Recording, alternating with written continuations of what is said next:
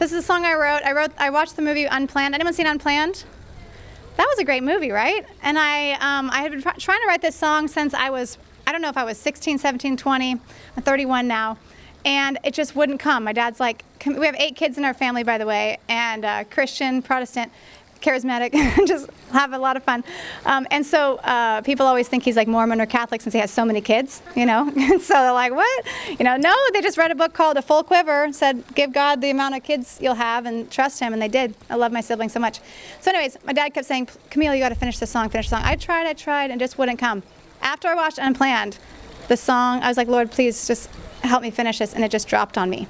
So I'm just so thankful. Like so many of my songs that have gone big, I just pray in the Holy Spirit. I say, God, just give me the song. Please give me the lyrics, and then it comes to me. So it finally finished. Thank you, Lord. So here it goes.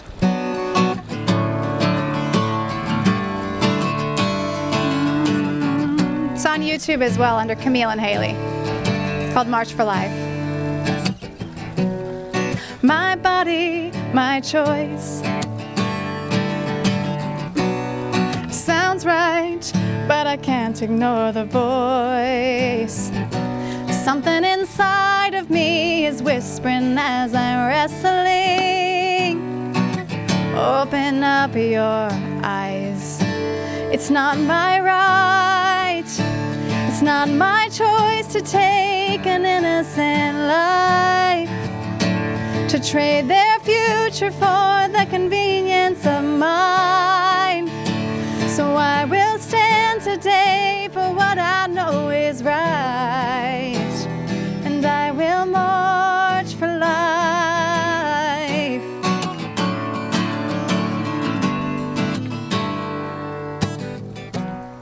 Two bodies, two lives, two hearts beating inside. It doesn't take eyes to see the forming of God's masterpiece. I feel it deep inside. It's not my right. It's not my choice to take an innocent life, to trade their future for the convenience of mine. And for their right to life, I'll go the extra mile. And I will march for life. God said, before I formed you in the womb, I knew you, fearfully and wonderfully made. I love you, though some may call you unplanned. I call you mine. And that is why it's not my right. It's not my choice to take an innocent life, to trade their future for the convenience of mine. And for their right to life, I'll go the extra mile. And I will march, this is my cry, to be the voice of every unborn child, to overturn the laws that keep them bound. And for their right to life, I'll go the extra mile. And I will march for life, 'cause life is beautiful. Life is beautiful. Life is beautiful at every stage. Life is valuable, irreplaceable. So I will march for life today. I will march for life.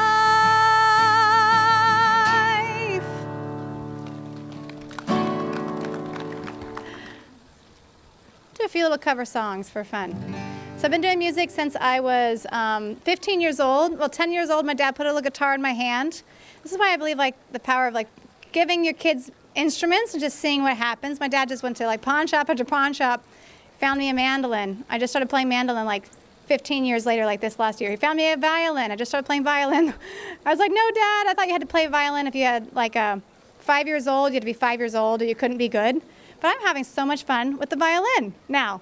And then piano, he taught me a few chords on piano. I started doing that. Then guitar is probably my main instrument.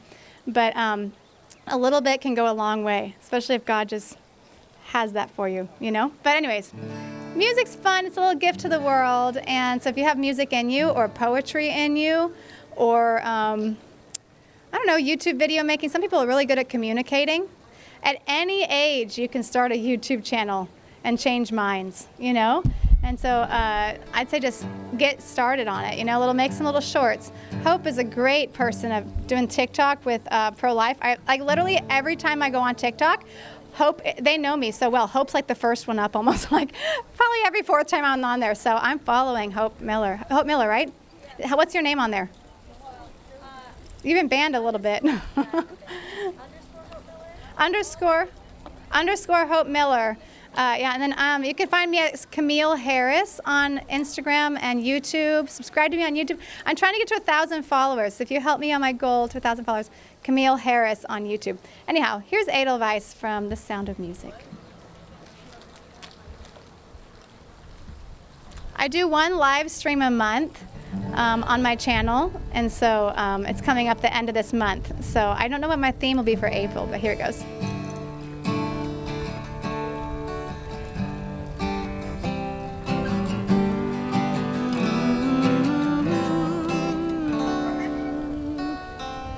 Edelweiss, Edelweiss, every morning you greet me, small and white, clean and bright, you look happy to meet me, blossom of snow, may you bloom and grow, bloom and grow.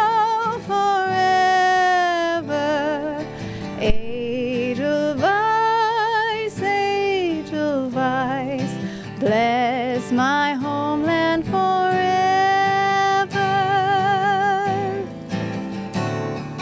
Edelweiss, Edelweiss, so every morning you greet me, small and white, clean and bright, you look happy to meet me, blossom of snow, may you bloom and grow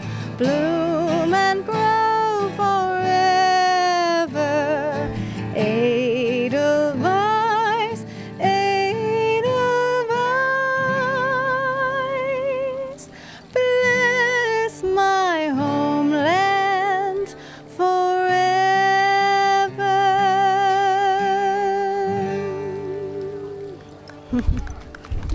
Thank you guys so much. This has been such a little blessing. I'll have some cards maybe at the end. You can find my line. I wanted to take a moment and share a recent thing that happened with us when we were gathered as leaders, when I read the scripture of Joshua 1. You know, there's so much to unpack in that passage. I wanted to spend the next 45 minutes going over this verse by verse. No, I'm kidding. I just have a short amount of time. I think Kathy might have had a little bit of a heart attack there, but no, I was not serious. But there are some parallels in there about the past and the moment that we are experiencing right now. Moses was a leader with purpose, much like our Missouri pro-life advocates. And I'd like to read that scripture real quick. After the death of Moses, the servant of the Lord, it came to pass that the Lord spoke to Joshua, the son of Moses' assistant, saying, Moses, my servant is dead. Now, therefore arise, go over to Jordan, you and all the people, to the land which I am giving to him, to children of Israel. Every place that the sole of your foot will tread upon, I have given you, said to Moses, from the wilderness, and this is Lebanon, as far as the great river, the river Euphrates, and all the land of the Hittites to the great sea, toward the going down of the sun, shall be your victory. No man shall be able to stand before you all the days of your life, as I was with Moses, so I will be with you. I will not leave you nor forsake you. Be strong and of good courage, For to this people you shall divide as inheritance the land which I swore to the forefathers to give them. Only be strong and very courageous, that you may observe to do all the things of the law which Moses my servant commanded you. Do not turn from it to the right or to the left, that you may prosper wherever you go. The book of the law shall not depart from your mouth, but you shall meditate it day and night, that you may observe to it according to all that is written in it. For then you will be able to make your way prosperous, and you will have good success. Have I not commanded you? Be strong and of good courage.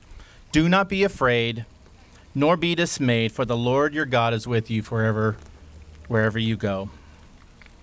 Now, the next part, he talks about how Joshua begins to lead them into the land, and he reminds them to be strong and be courageous. And as I was saying earlier, Moses was a leader with purpose, much like many of you here today. But that time when Moses' leadership, it had to come to an end. And at some point, some of the elder leaders here, it will be time to pass that on to the younger generation. But Moses cultivated leadership in Joshua, so the job is not yet finished for the strong leaders of today. We must encourage the youth. And Joshua was the one who led the Israelites into the promised land. And so will you, the youth of today. You will be leading this movement into the promised land. This moment is the beginning of the process of the mantle that is being prepared for you as young leaders. So look to the leaders of today, learn from them, and gain the wisdom that they have. Ask for a double portion. I'm so thankful that you guys are here today. I wish that when I was younger, that someone would have been around me and encouraged me in maybe some of the ways that you were being encouraged. So this is an amazing encouragement to us leaders of today to see so many youth here and so excited to do the will of the Lord.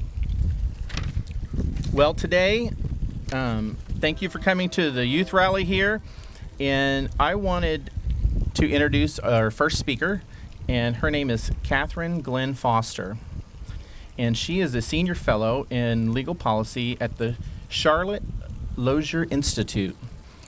And I really believe that she has an amazing story to tell you of her abortion experience. And I'm thankful that she is here today to share that with you. Would you please give a warm welcome to Catherine Glenn Foster.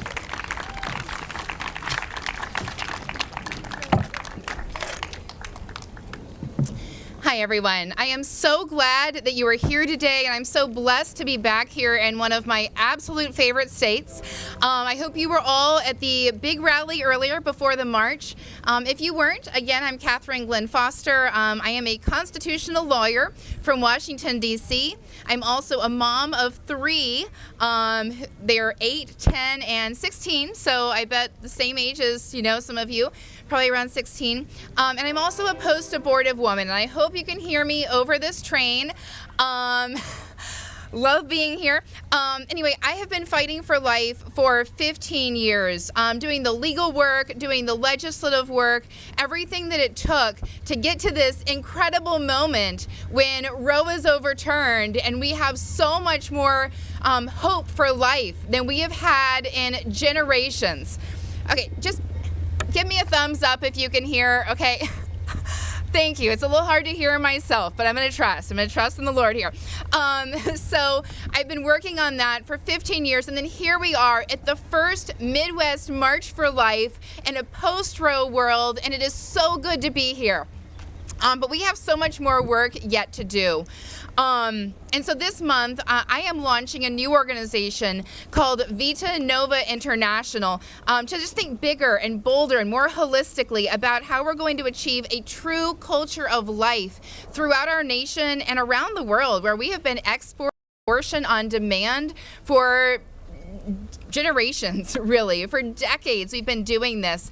And we need to work in the law, but even more importantly, we need to be working to change hearts and minds. We need to be getting to the youth of our nation to be able to reach out and really transform hearts so that people have real hope for life, so that they know that they can choose life and that they're sharing with their friends and their neighbors and colleagues and your fellow students.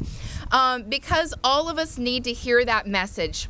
And I know that firsthand because I was one of those people who needed to hear that message. Because when I was 19 years old, I had grown up in a pro-life home. We didn't talk about it a lot, but I knew we were pro-life. I went to Catholic school for a lot of my childhood, and so we just knew, okay, we're pro-life, but we didn't talk about what that meant. And so that's why I'm so grateful for those of you who are going to a school that actually brings you out here and you're hearing the truth. But I didn't get that. And so, when I was coming up, it was just this idea of, okay, I'm going to be pro-life, but what does that mean? And I didn't really think about it until I found myself pregnant at the age of 19. And I thought, what in the world? What do I do with this? My mom's a single mom.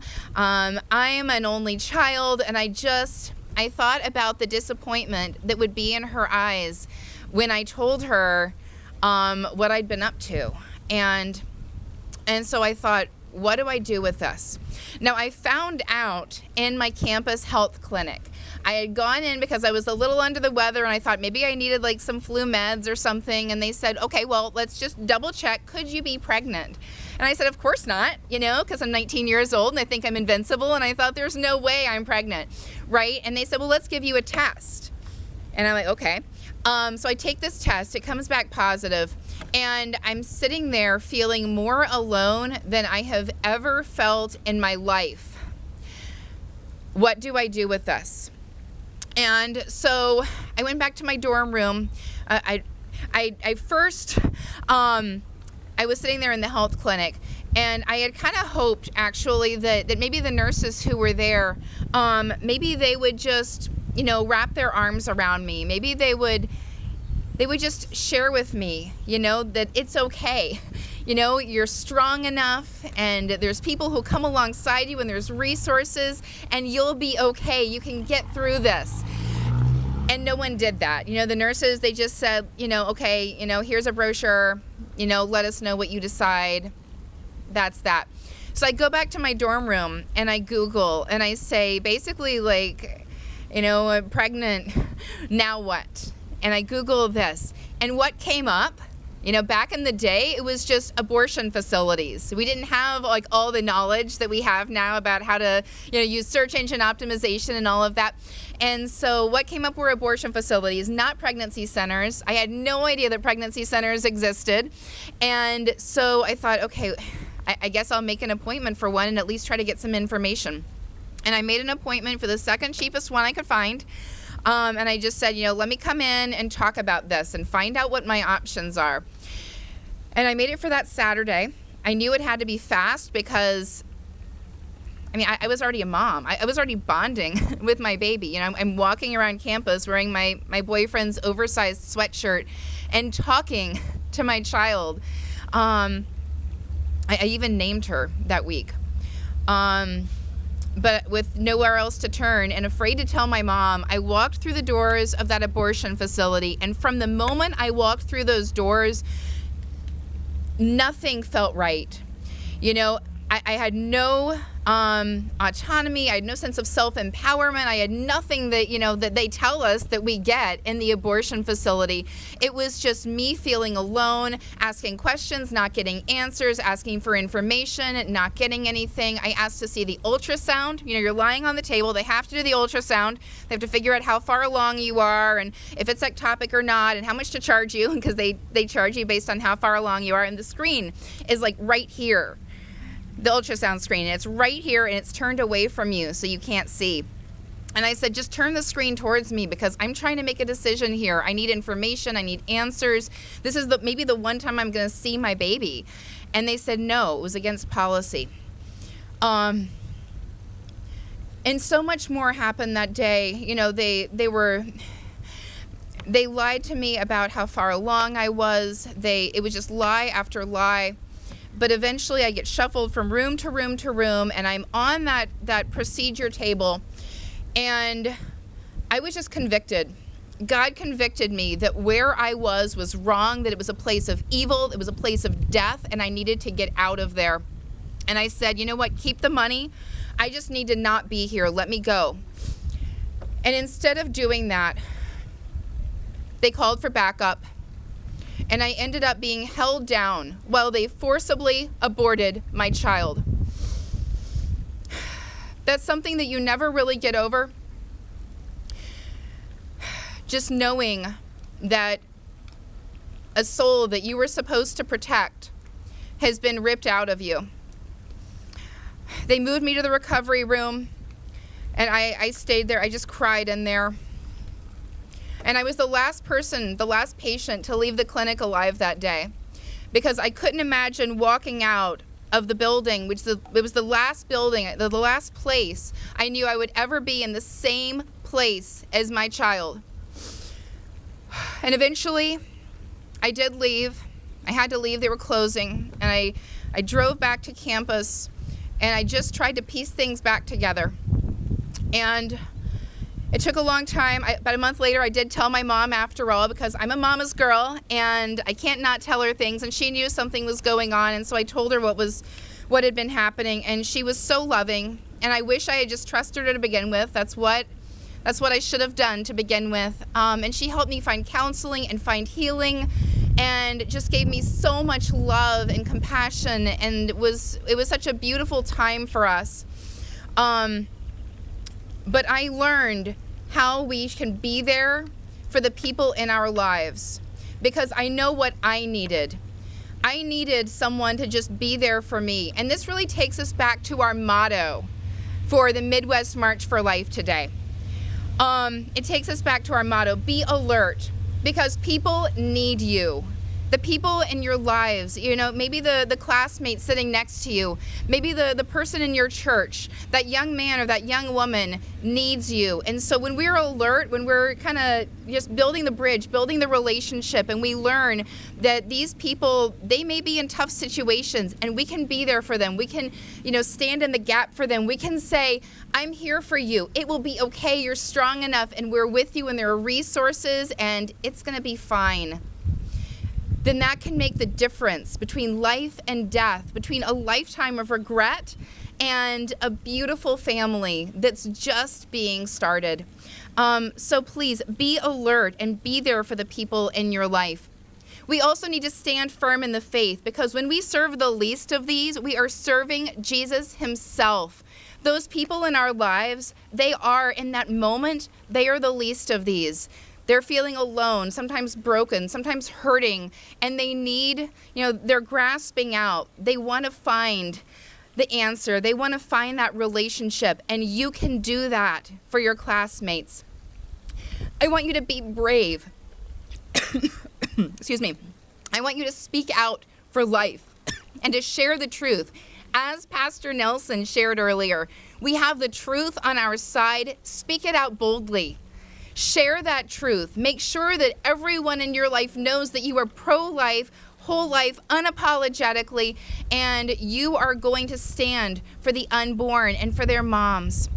And I want you to be strong in the face of the lies of our culture, in the face of the lies of the abortion industry, even sometimes coming from, people you thought were your friends or your classmates. Stand strong. Stand for the truth, because that is one of the most important things that we can do.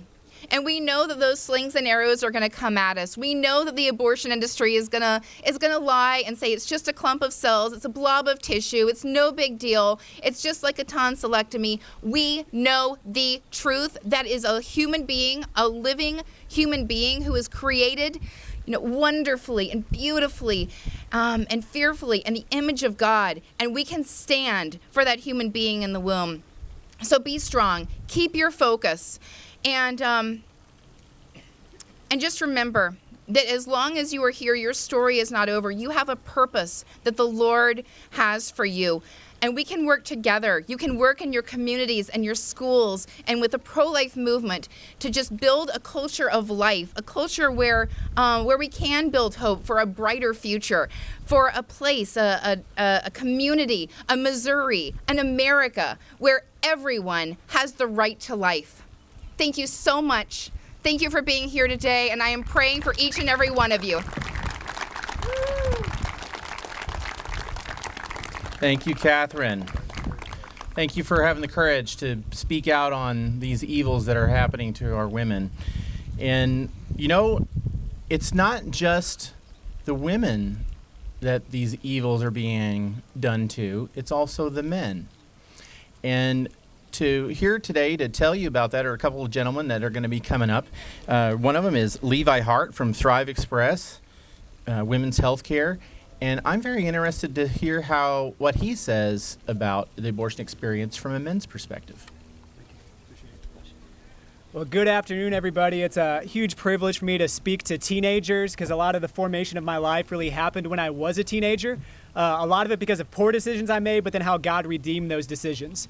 And, and child sacrifice has been around for a long time. I mean, if you've read the Old Testament, you see society sacrificing babies to the god of Molech a long time ago. Or you might remember the story of Moses. He talked about it earlier, to where they sacrificed and killed all these babies. Or King Herod, when he killed all these babies when he was trying to figure out who the Christ was. And, it occurred to me not too long ago, that was Satan behind all of that. So what was he going to do in a modern day society that's a little less outwardly barbaric, right?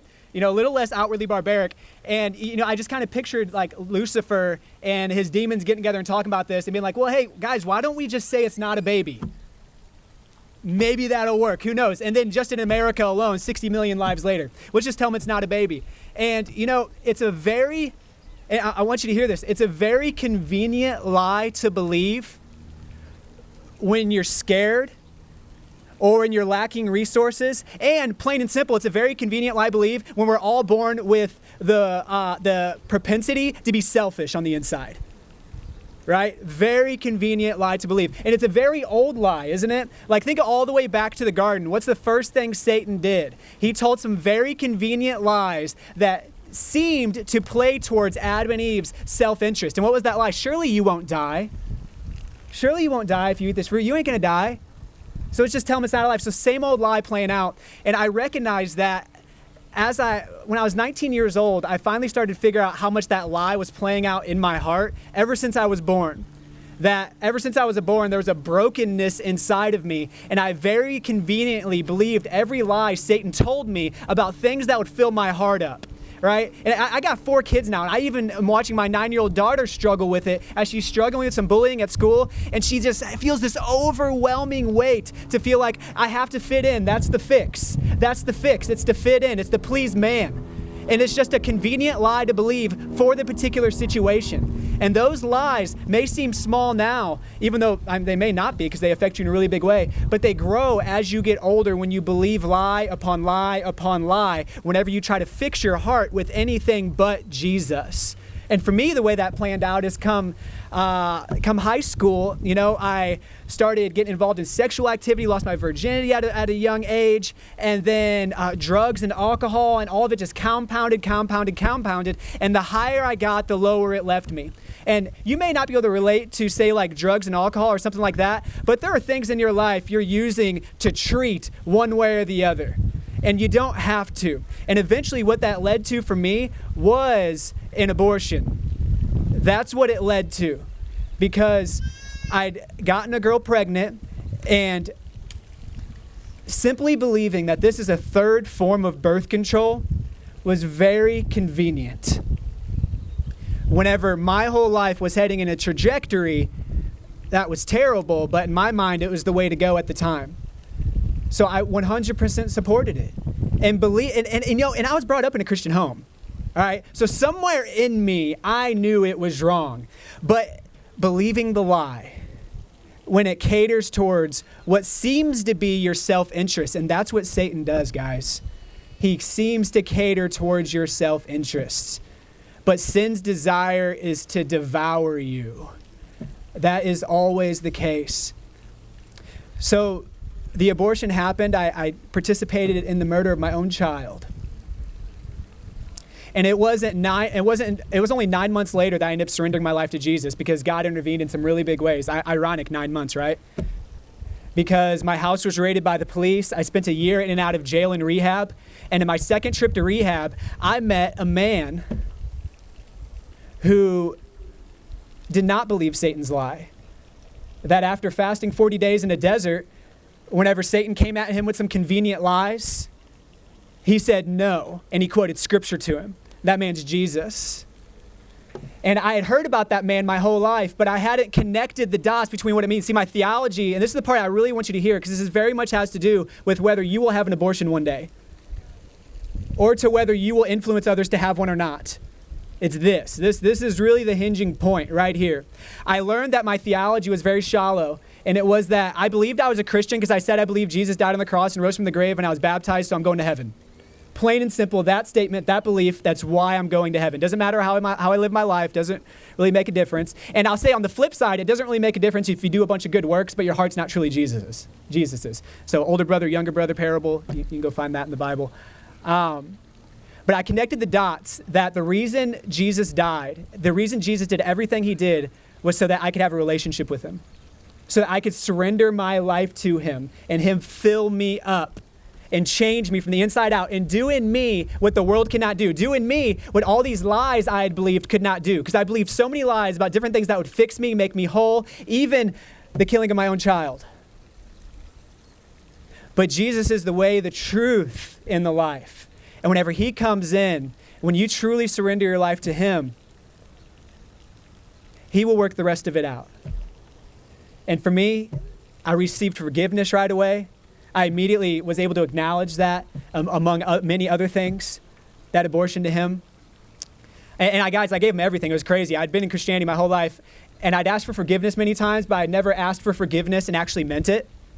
In other words, God, forgive me. I'm actually sorry, and I actually want to give you everything and live my life for you. Not, hey, God, I'm sorry, but I'm doing it tomorrow, loving God that you are. I'll do some good works to make up for it. No, I actually gave him my heart. And he changed me from the inside out, like night and day. That's what happened. And over the course of years, guys, there's consequences to this stuff. Like, I'm still working out what I did to my child. But God is a good God, and he heals. And I've been at Thrive for 3 years, guys. And just in the last 3 months, that man, Brett Attebery over there, he was actually the first man I sat down and talked with who had an abortion. I'm spoiling your story a little bit. Who had an abortion and had healed from it, and I'd sat down and had a one-on-one conversation with. And guys, that's from someone who's very vulnerable and is willing to have conversations with people. But that's how little people are talking about it. But to talk about the goodness of God, that sparked something. And I'd been feeling a disassociation with my child for a long time, and I felt some guilt about that because I didn't know why I felt disassociated. And I realized it was because I didn't know the gender of the child. So I just kind of always avoided these further healing, parts of healing that people take place in. So like naming the child, writing the child a letter, bonding in those ways. I'd always avoided it because I didn't know the gender, and I just felt bad. And it felt like I was dishonoring to give it a name. But after hooking up with some other brothers in Christ and hearing their story, I'll wrap up here. God did some really cool stuff recently. He literally gave me some visions of me holding a baby girl and showed me that it was a girl. And it's really cool how that happened, too. If I had time to tell you the whole story, you'd love it. And, I mean, because it blew me away. And then, because I don't just have visions every day, okay? And I was driving, too, so. and I had the chance to name her. I named her Catherine. And so that is the good, redeeming grace of God. He loves you. Go to him in prayer. Ask him to fill your heart if you haven't yet. So thank you very much for your time.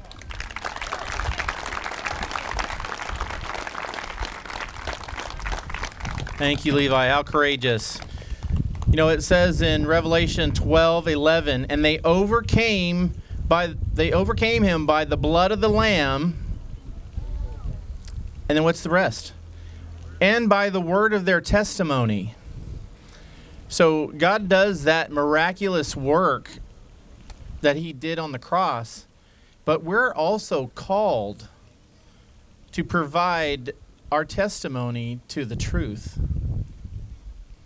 So don't lose sight of that. Jesus did an amazing work, but he has incorporated us into that miracle by us providing testimony. Today's been a great demonstration of the testimony of the truth and what the Lord has done in many of these lives. And we have another abortion experience that I'm looking forward to hearing from Brett Attebery. He's the president and CEO of Heroic Media. And if you guys would just give him a welcome as well.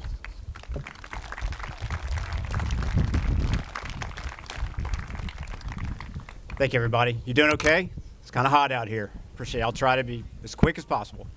Thank you to Catherine and Levi for giving that story. My story is a bit different in that, as I gave you a quick introduction a while ago, I did not come from a Christian background. For the first 40 years of my life, I was on the other side of this issue.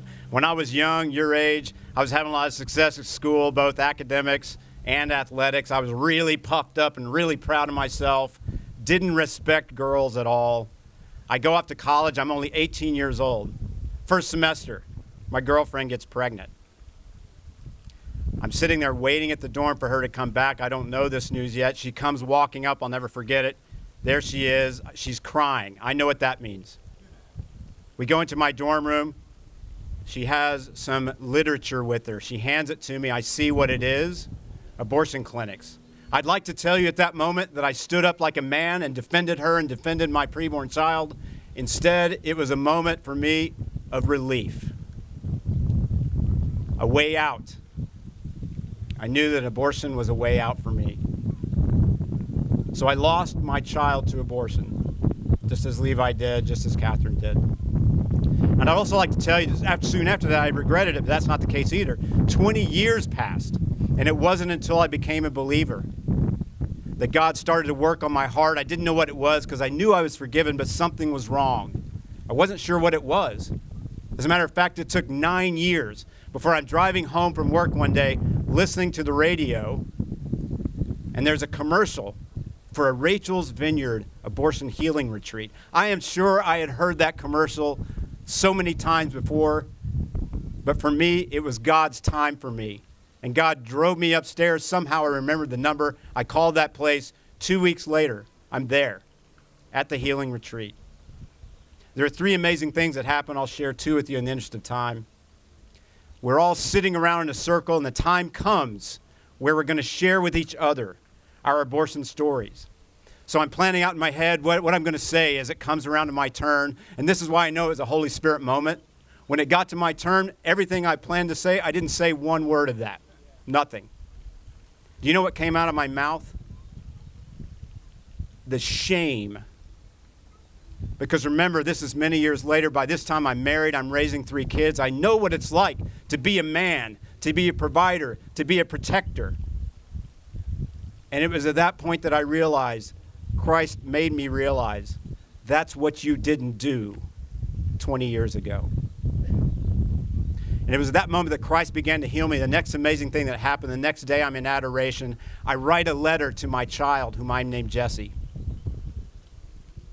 And then in just gratitude to the Lord for revealing these things to me, I drop down to my knees. I look at the Lord in the Blessed Sacrament. I said, Lord, you have given me many talents, many experiences in business. I don't know anything about the pro-life movement. But if there's a way, if there's some way you can use me to help young women and young men not make the same choice that I made 20 years ago, please, I'm yours. Use me. Less than 2 years later, I came to Heroic Media, and thanks be to God, all glory to God, I've been able to help people since that time up to this day, help young women and young men not make the same choice that I made. Praise God for that.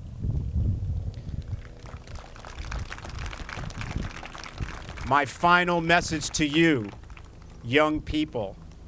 I was ignorant. I didn't know. It's not an excuse, but I was ignorant. You have this information you've heard here today from 3 people who used to be young like you, if you can believe that. I didn't know. You know. You have this information. Not only keep it in your hearts, know what's right. Young men, please respect young women. Young women, please respect yourselves. And always keep your faith. Never give up. Stay pro-life. Share it with your friends. God bless all of you.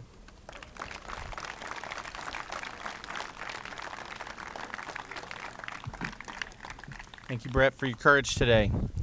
Next up, we have Reagan Barklage, and she is the National Field Director of the Students for Life of America. Would everyone give her a warm welcome up to the stage today? Well, hello, everyone. I want everybody to stand up. I'm going to be that awkward speaker. We're going to liven this joint up a little bit, all right? Okay. All right, we're going to say a chant. Could we maybe see if they want to come a little closer? And we're going to get closer. All right, so everybody take 5 steps forward with your stuff.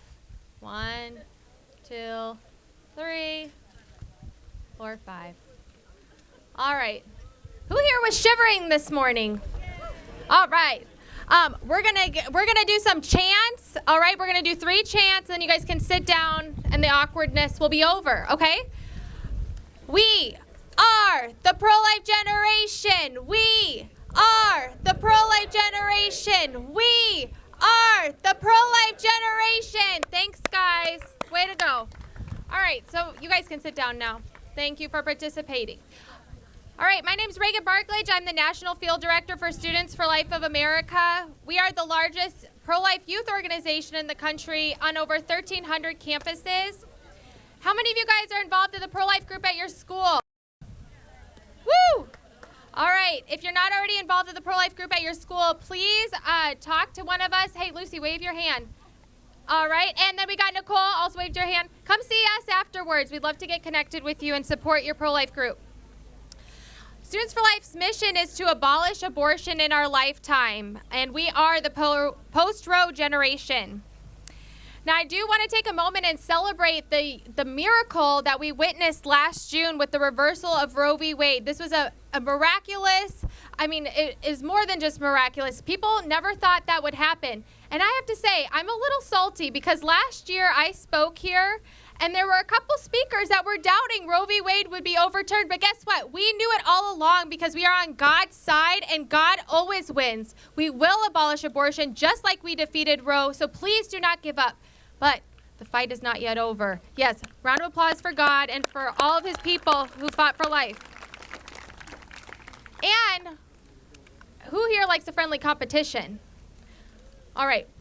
Missouri was the first abortion-free state out of 50, so also we win. Yes, thank you. All right. But the fight for life is not yet over. We are still in it. And usually during these talks that I give at the Midwest March for Life, I train you guys on apologetics. And this time I wanted to be a little bit more specific on our fight against chemical abortion because that is the abortion industry's new frontier. So I want you to know that we cannot believe our work here is not yet done because of the fight against chemical abortion, and we have to make abortion unthinkable. Because while Missouri is abortion-free, and again, thank you to the volunteers, the elected officials, the incredible organizations and prayers that got us here, Missouri women are still having abortion. I don't like to say Missouri is abortion-free. I am so sorry. We are abortion facility-free, but we are not abortion-free. Missouri women are having an abortion. They are having abortions. They're crossing state lines. They're getting mail-order abortions, and we have to put a stop to it by making abortion unthinkable. So how can we do that? Well, one way, first and foremost, is supporting our local pregnancy center so people always know the resources that are available to them when they're faced with an unplanned pregnancy. So please get connected to your local pregnancy center wherever you live. And if you're at school, they love baby bottle drives. They love diaper drives. You can volunteer for them if you need service hours. There are so many ways to support them. We also have to continue to push forward pro-life legislation and combat pro-abortion legislation. And the pro-abortion lobby is going to continue to get creative and sneaky in ways to try to overturn the work that we've already done. So be alert and be aware of what's going on. And then, of course, we have to take a stand at our schools because we have to have conversations in order to change hearts and minds on the reality of abortion. That's how we change culture. And we cannot be afraid of the pushback we may face. And since the Roe was overturned, so this is our first school year since the reversal of Roe, we have faced more discrimination and pushback and bullying than ever before. And so I just applaud you for being courageous and bold in your stance for life. Just last week, Students for Life surpassed 100 free speech and legal cases. Just this school year. That's how much pushback there is, and the pro-abortion lobby and people on campuses trying to shut down our message. But we know why it is so important to speak the truth and why our voice matters, so you absolutely have to rise up. And it's especially important as we combat chemical abortion. So I just want to take a moment to explain what chemical abortion is. Who's heard of chemical abortion or the abortion pill? All right, most of you, it's in the news. So chemical abortion not only harms or ends the lives of preborn children, it obviously is very harmful to women. And while all abortions are dangerous, and we think maybe surgical abortion would actually be more dangerous, it's actually chemical abortion is 4 times more dangerous than surgical abortion. And this is how chemical abortion works. So you can take chemical abortion up to 10 weeks in pregnancy. And what happens is there's 2 pills, there's 2 different medications. The first one is called mifepristone, and that stops a woman's body from producing progesterone. And progesterone is essential to have a healthy pregnancy and a healthy baby. So that first pill is essentially starving the baby, okay? And then 24 hours later, the woman takes misoprostol, which causes contractions. And this is happening, by the way, at home. Women are having these abortions at home. And she's told to sit on the toilet and flush. And you can imagine what women are experiencing this, or how they're experiencing this really traumatic event, not just physically and emotionally, but spiritually, and they're all alone. So it's absolutely important that we speak up and tell people the reality of what is occurring. But the good news is there's something called abortion pill reversal. And abortion pill reversal is basically progesterone therapy. And so if a woman takes that first pill, the one that stops her body from producing progesterone, and she changes her mind, she has the opportunity to have progesterone therapy through abortion pill reversal and save the life of her baby. And there have been thousands of babies saved through abortion pill reversal, and doctors are trained all over the country in order to help women save the lives of their children. And there's one other thing I wanted to talk about here. It was a question from the audience that came in. If I could speak on the difference between the morning after pill and the birth control pill and chemical abortion. And you know what? It's not just random people having confusion on what the difference is. Since the news came out of pharmacies prescribing chemical abortion, like CVS and Rite Aid and Walgreens, my team has been calling these pharmacies to see if we can get chemical abortion, because we want to know what's going on in our states. And even the pharmacy workers are confused on what we're calling about. They're like, oh, do you mean the morning after pill? So I think there's just a lot of confusion that I hope to clarify today. So the morning after pill and the birth control pill, the intent is not to end an existing pregnancy. The intent is to prevent pregnancy, right? But there is a chance of having an early abortion through these drugs, and here's how. There are 4 barriers or defenses that these pills work in order to prevent pregnancy. And I won't bore you with the first 3. If you want to talk to me afterwards, I'll explain. But the last defense in order to prevent pregnancy is to harden the woman's uterine lining so nothing can implant. So it would be like, okay, first of all, let's go back to basic biology. Conception occurs on day 0, right? Sperm, egg, meet, boom, brand new human. And this little zygote is making its way to implant in the woman's uterus, and that usually occurs on day 5 to 7. And if a woman has taken those drugs and the defenses have failed to prevent pregnancy already, now the final defense is kicking in, the woman's uterine lining is hardened, and it'd be like throwing a tennis ball at the wall. It's just going to bounce right back. So that is how the morning after pill and the birth control pill can act as an abortifacient, okay? So that is different than the abortion pill. You can actually get the morning after pill over the counter even, but you still need a prescription for chemical abortion. So I hope that clarifies that. Now back to chemical abortion. 50% of America's abortions are chemical abortion. That's about 670 a day, according to the CDC. But that number is going to continue to rise. And by the way, some states don't report abortion. And some states, or even with this mail order abortion, it's hard to track. So that number is likely even higher. And this is because it is easy for the abortion industry. They can just wipe their hands clean after they ship the abortion pills. Now the woman's on her own. They made some money, a couple $100. Some states even higher, maybe $600 just from those pills. to give you one more little piece of information on the background of this one, and you guys want to pay attention to this. This is what bothers me the most about chemical abortion. The manufacturer of chemical abortion is called Roussel Ucluf. It is a pharmaceutical company.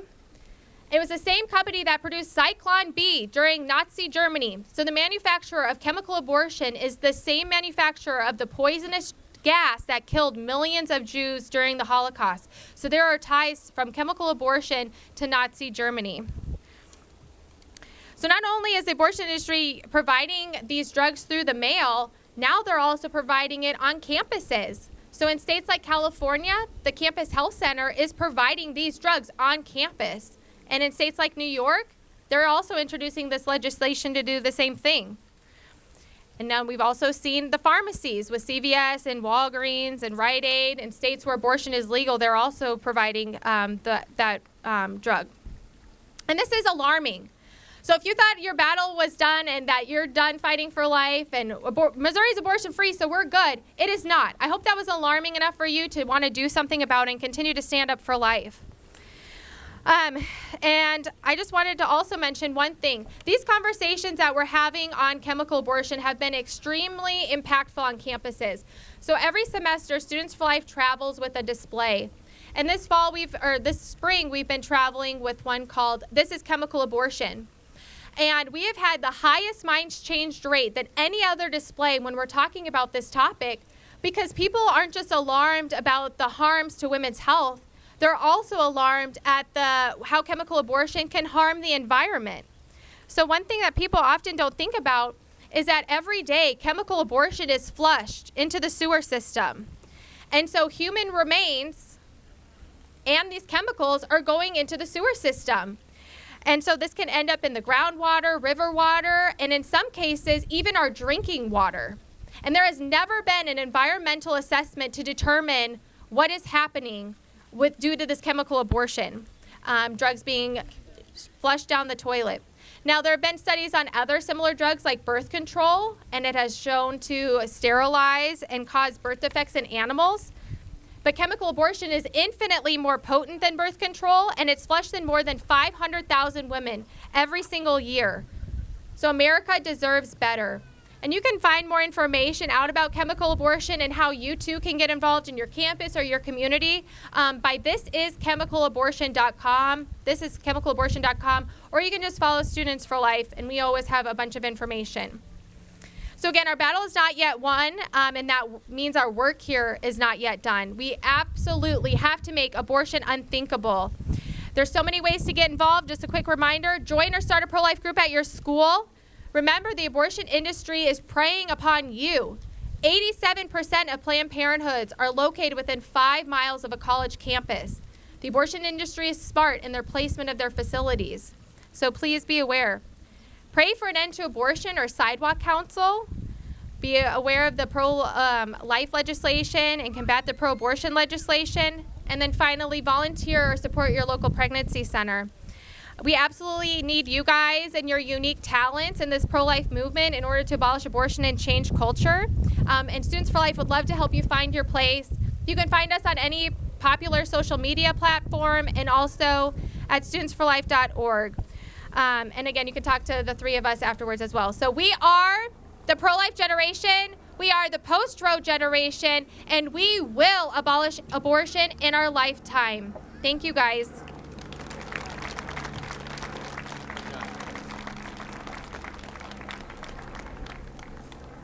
Thank you, Reagan. Hey, thank you for those facts and figures, because knowledge is power, and it's always good to educate yourself on the issues so that you can speak intelligently about these things, because a lot of people, they just hear a couple little sound bites here and there. But that's good to have that kind of information. Next up is Hope Miller. I am very excited to hear this young lady speak. So would you please give her a warm welcome? Hope Miller.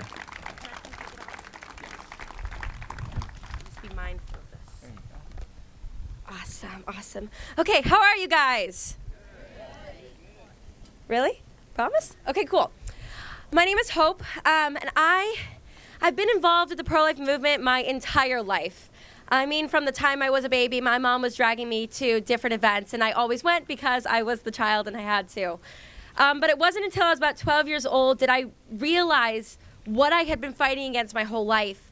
And once I realized what was going on, I started really digging deep into it. I started learning as much as I could about pregnancy and fertility and life in the womb and abortion. And it was heartbreaking. I was 12 years old and it was heartbreaking. With all this new knowledge, I knew I could not just sit idly by for the rest of my life while this just happened in our nation with God's children. So since then, I have dedicated my life to helping end abortion in any way that I can. And I was so thrilled to find out my true calling with Simply Pro-Life, where my goal is to help people do the simple things for the pro-life movement by giving them the means and resources. Because sometimes a fight like this is very intimidating, I'll be completely honest with you, especially when you're a young person. It's very intimidating to go out there and have the ambition and the goal to end abortion in America. But if you take it one little step at a time, it becomes a whole lot easier. So that's become my passion. Now, I want to start talking with you guys, not just, at you, but with you. So I'm going to start asking questions. And how well my speech does is solely dependent on you guys. So I'm sorry about that, but oh well. I want to ask you, first of all, who here is pro-life? Okay. Everyone, if you're not pro-life, raise your hand. I guess that's the better question because I think the majority of you are pro-life. Okay. I need one person who wants to tell me why you are pro-life. And if you need a second to think on it, go ahead. But I want one person here to tell me why they're pro-life. I'll do like a 10-second countdown, and then I'm just going to call on somebody. Okay. I'm going to keep it easy. I want to ask you, are you okay with that? Yep. Okay. What's your name? Lily. Lily? Very nice to meet you. Nice to meet you too. I like your Kendra Scott. I work there part-time right now. Yeah. Why are you pro-life? Because God made us all, and babies are still humans. That's a fantastic reason. God made us in His image. So who are we? Yes, round of applause. That's a great reason, guys. God made us in His image. And not just you and not just me, but every single one of us that has ever been on this earth, whether you've taken a breath of air or have only lived a short life in your mother's womb. God made each of us in His image and His likeness. Who are we to take that life away? So in being pro-life, we are saying that we are not God, and He is the one who gives life, therefore He is the one that takes life. So that is a fantastic reason to be pro-life. My next question for you, hold on, I gotta grab my notes. My next question for you guys, don't worry, I won't call on you again, you're off the hook. How many of you have decided for yourself that you are pro-life? Not because your parents raised you, not because your school tells you, not because the church tells you. How many of you have decided that you believe this, that you believe that abortion is wrong, that you believe that abortion is murder? How many of you have decided it for yourself that you are pro-life? Show of hands. Okay. I'm going to call on somebody to share that. Okay. Young man with the blue jeans and the white shirt and the nice flow. When did you decide that you were pro-life? Kind of put me on the spot here. I'm sorry. I would say probably whenever I got confirmed. Confirmed? Oh, confirmation was a huge year for me. I think that was a big year for a lot of us. What was your name again? Alex. Nice name. My name's Hope. Confirmation was a huge year for me, personally. I'm sure it was for a lot of you, as it was for you, Alex, in deciding that you were pro-life. When I was going to be confirmed in the Catholic Church, I was like, I'm not going to, go and say that I'm going to fight for this church if I don't truly believe it's the real deal. Nor am I going to fight for everything that it stands for. And one of the things it stands for is a pro-life belief. So when I was 14, I was confirmed, but I also became president of a pro-life group. And that was huge. And I say this because at some point we have to decide for ourselves when we are going to be pro-life and why. Hi. When we are going to be pro-life and why.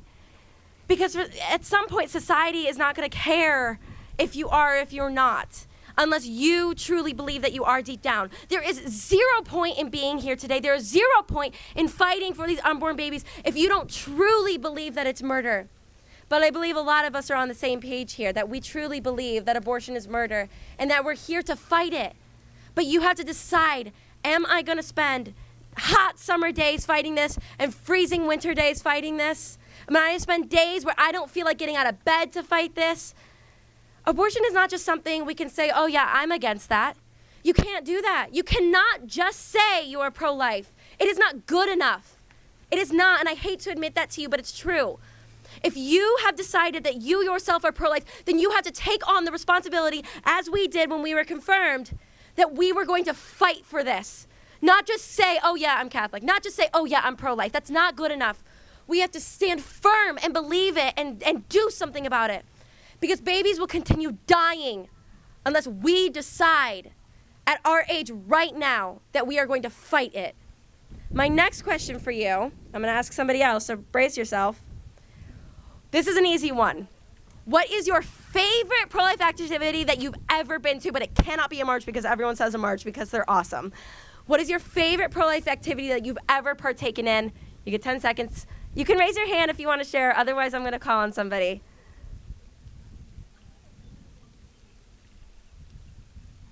Okay, let's see. Okay, we're going to go over here in the blue. Okay. With the, oh, well, I guess you all have blue scrunchies. Never mind. Young man, right here. Yes.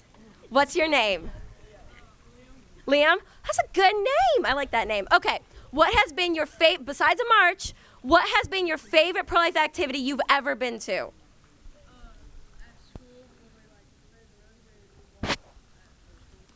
You did like a rosary procession for specifically for the unborn? That's awesome. That's so cool. I love that. Yeah, round of applause.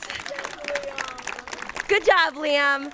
That's a good one. I'm gonna ask one more person because it is such an easy question. I'm gonna ask one more person.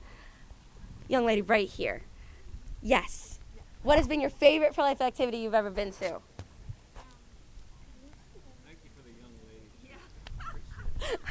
My father's taught me well.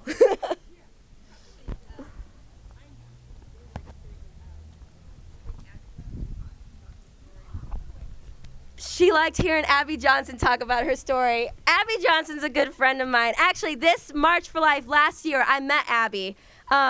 She was amazing. She's incredible. Like, I will reiterate that again and again. If you have not heard Abby's story or watched her movie, I encourage you to, with your parents' permission, to give it a watch. But Abby's a wonderful human being. And actually, it was really neat because Abby's story inspired us in so many ways. And last summer, after this march, I was able to have an internship with her. So we've been able to become good friends. And she invited me to the Pro-Life Women's Conference last year. And she had me come work it. And it was amazing. And at this Pro-Life Women's Conference, I'm sitting there and I'm like, oh yeah, I'm gonna ask if I can speak here next year. I think everyone here needs to hear me speak. That was my pride speaking. Not good. And then Lauren Musica, who's now a really good friend of mine, she was here today, gets up to receive an award for Pro-Life Women of the Year. And I hear that her organization, Sidewalk Advocates for Life, has saved, well, today, she saved, through her organization, 20,000 babies, which is a lot. But at the time, it was about 17,000. And I was humbled really fast. I was like, what have I done in my life to be worthy to speak here? But then I started asking myself that I had a 5-hour car ride by myself on the way home, and I started asking myself, why am I even worthy to fight the pro-life battle? Who am I to, not necessarily to tell somebody what they can and can't do with their bodies, because that's not what we believe, but who am I to have people look up to me and listen to what I have to say? I mean, come on, I'm still in high school, but I was 17 years old. I was working random odd jobs at country clubs and coffee shops and babysitting. I was nothing special.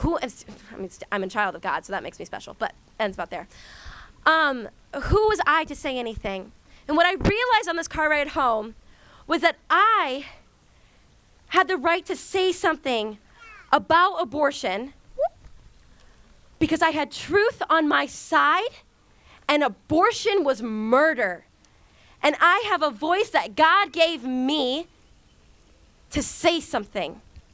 Even if only one person listened, that's what gave me the right to say something. Not because I've saved thousands of babies, not because I've closed down Planned Parenthoods, not because I've sued abortionists, not because I've even, not that I know, saved a single baby.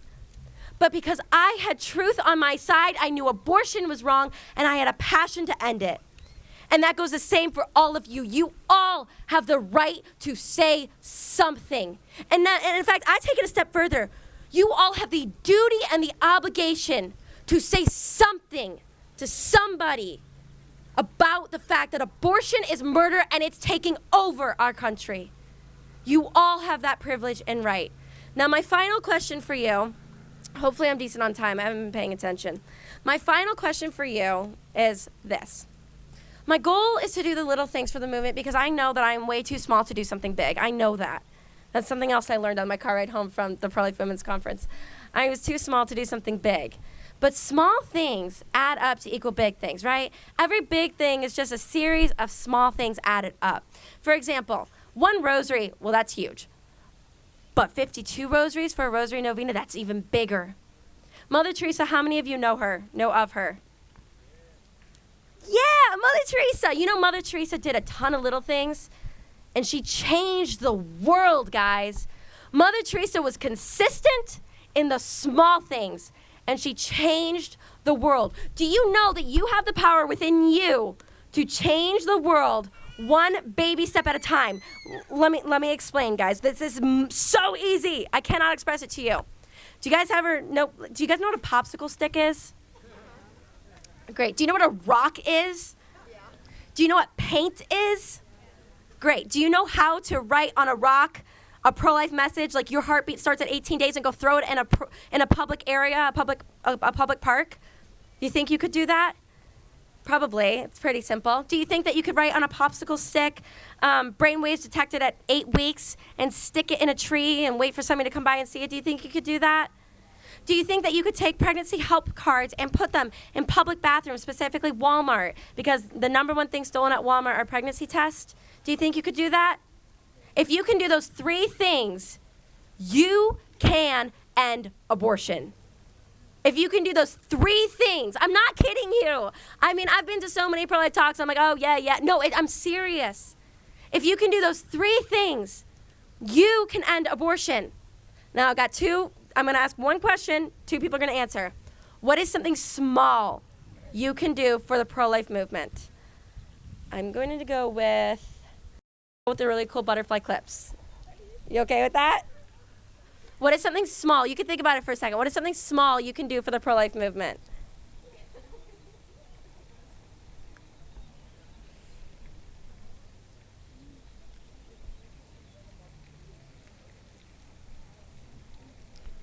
We're thinking on it.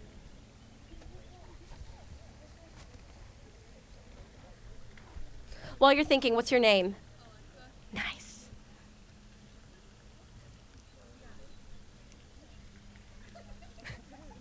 Think on it. Have you thought of it? I'm talking small. I'm talking popsicle sticks. I'm talking rocks. Like listen to the pro-life talks and try to do what they say. Yeah, that's a good one. I like that. Listen to pro-life talks and try and do what they say. You know how quickly abortion would end if we just listened to every single person who spoke here today? Okay, one more person, and then I'm gonna call it quits. Do you want to say something? Okay, what do you want to say?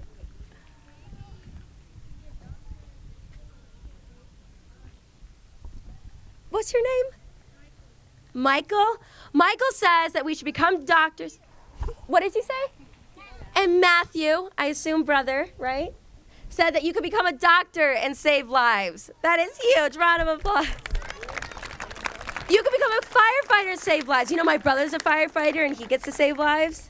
Yeah, we should all just save lives. Guys, I want to thank you for listening today, and I want to encourage you to go and do the simple things. If you need any resource or anything, check out, I haven't been posting lately, but I will. Check out my Instagram. It's just simply pro-life on Instagram. And that's it. Thank you guys, and have a wonderful rest of your day. Great job, Hope. You know, we were over there talking, and we were like, how can we get these young people and encourage them to take a stand and stand up and start doing more? And that's awesome. It must have been the Holy Spirit, because she was talking to you about that. And I was thinking that who would be willing to pray at least once a week? I mean, we all go to church at least once a week, right? Maybe whenever it's time to give those silent intentions, that we would pray for the pro-life movement, that it would be successful, and that the Lord's kingdom would prevail in the area of life. Who can do that? Let's see some hands. Who can do that? Okay? So that's one thing that you can do that's very powerful. And I think not only is it good for the kingdom, but it'll also help to work on your heart and prepare what the Lord may have for you. So maybe we only need to do a little more praying about that. I mean, this is amazing that we're all here, but this is just one culminating event. Now let's have that call to action. Let's do something that can make a difference. We're all here today. Some of us have traveled several hours just to get here, and we've spent all day, a significant portion of our life, and time is precious. You need to ask yourself on your way back to school, on the way back to your job, on the way back to our homes, wherever it is that you are going to be going after this, Lord, why did you have me come to this? And not just the obvious reason, we got to go to the March for Life thing. But no, really, why has the Lord called you to be here today and sit in the freezing cold and then the blazing sun, and I can't catch a break here, not having enough coat, too hot now, but the Lord has called us here for a reason, and don't let that be cliche. We hear that a lot, but he really has. He put you here today for a reason. Ask him what that reason was for. Maybe you already know and it's been confirmed, but maybe you want to keep seeking more of that answer. So please make that weekly prayer, daily prayer, however you want to pray, whatever the frequency is. Maybe that's something that you can do. Talk to some leaders in the pro-life movement, some good trusted advisors, and say, hey, how can I get involved? You may not know what you can do, but talk to leaders. You've seen plenty of them today, and they would love to talk to you. So go chase them down and go, what can I do to get involved? And there's so many websites. We got a couple of guys here. They're going to give you a couple of more ideas. Obviously, on these shirts, go to the Midwest March for Life. Is it .com or .org? Who knows? .com? MidwestMarchForLife.com. Remember that, MidwestMarchForLife.com. That's a good starting point. We're going to be praying. What else can they do, Levi? Yeah, so hey guys, this is really important, especially if you have an iPhone. I can tell you exactly how to do this. Say, hey Siri, you don't have to do it right now, it'll get a little crazy. But hey Siri, set a reminder to look up ThriveExpressWomen'sHealthcare.com every day at say 3 o'clock. All right, because what you're going to do is, I forgot to mention this earlier, a big way we are combating the lie as Thrive is we're becoming the first national counter brand to Planned Parenthood. And a way to do that is so that when women hop on Google, and men for that matter, and type in abortion, we need Thrive to pop up on top instead of Planned Parenthood. And that happens with search engine optimization.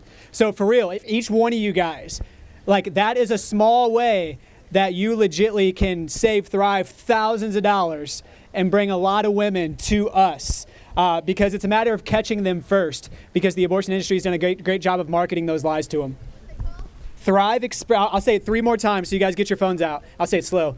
Thrive Express Women's Healthcare.com. Thrive Express Women's Healthcare.com. Last time. Thrive Express Women's Healthcare.com. We are the first national counter brand to Planned Parenthood. They're in front of a nurse in 30 seconds. We plug them in with a local pregnancy resource center in their city for aftercare. So we're a force multiplier for every PRC in the entire country. So, thank you.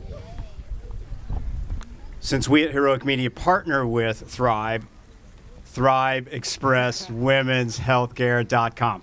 HeroicMedia.org. HeroicMedia.org. You can go on there, you can see how we're using advertising to perform an intervention where a woman is actively searching for an abortion. She clicks on our ad, and instead we connect her to a life-affirming pregnancy help center. HeroicMedia.org. Thank you, guys. And I think Are we going to have a little encore of Camille? Are you up for it? Okay. Who would like to hear Camille sing one more song before we conclude? Yeah, give her some props. Yes. Well, good. Well, thank you so much for coming out today. It's been a really amazing day, and don't forget, say those prayers for the movement.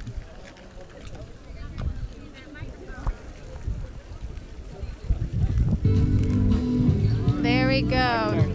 Check. It's my phone. Alrighty. If you want a card, I got a card. If you want CDs, I got CDs. And I also got this song, March for Life. One more time for you guys. Find me online, CamilleToday.com. Here we go.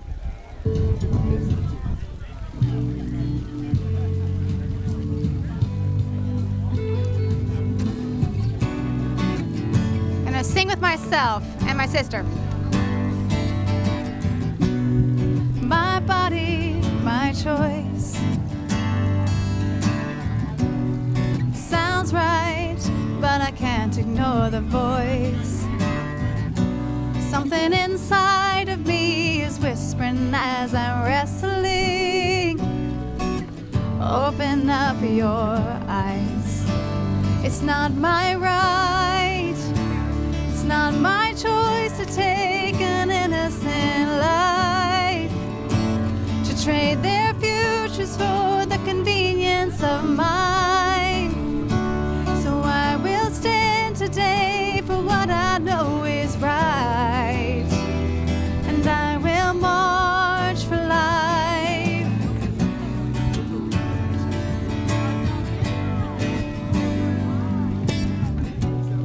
Two bodies, two lives, two hearts beating inside. It doesn't take eyes to see the forming of God's masterpiece. I feel it deep inside. It's not my right.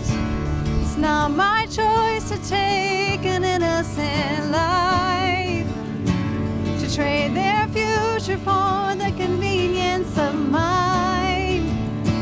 So I will stand today for what I know is right, and I will march. Said, before I formed you in the womb, I knew you, fearfully and wonderfully made. I love you, though some may call you unplanned. I call you mine, and that is why it's not my right. It's not my choice to take an innocent life, to trade their future for the convenience of mine. So I will stand today for what I know is right, and I will march. This is my cry, to be the voice of every unborn child, to overturn the laws that keep them bound, and for their right to life I'll go the extra mile, and I will march for life, 'cause life is beautiful. Life is beautiful. Life is beautiful at every phase stage. Life is valuable, irreplaceable. So I will march for life today. I will march for life.